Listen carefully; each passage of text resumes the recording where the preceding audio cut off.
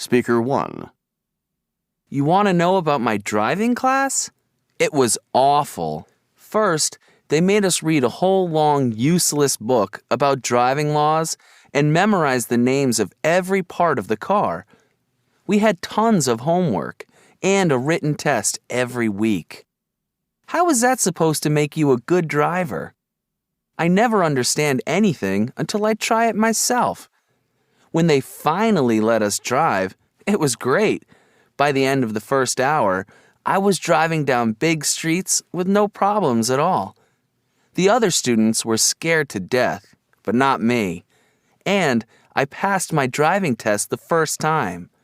As far as I'm concerned, that driving school was a big waste. I should have saved my money and just practiced driving with my dad. Speaker 2.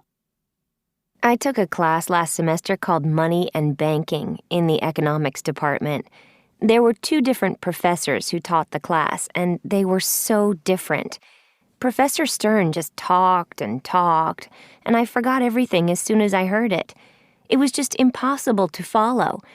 I tried to write everything down in my notebook so I could go home and look at it later. Professor Chang was a lot better. He was always drawing on the blackboard. He made lots of little charts and illustrations so I could really understand. I didn't learn anything from the other professor.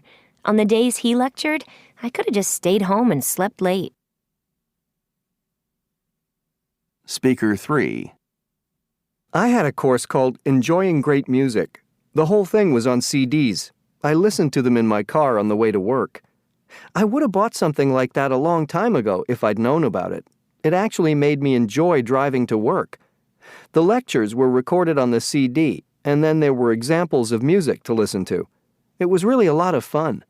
First, the instructor talked about the history of music for a few minutes. Then he played the music, Beethoven or Mozart, something like that. And then he explained what we just heard.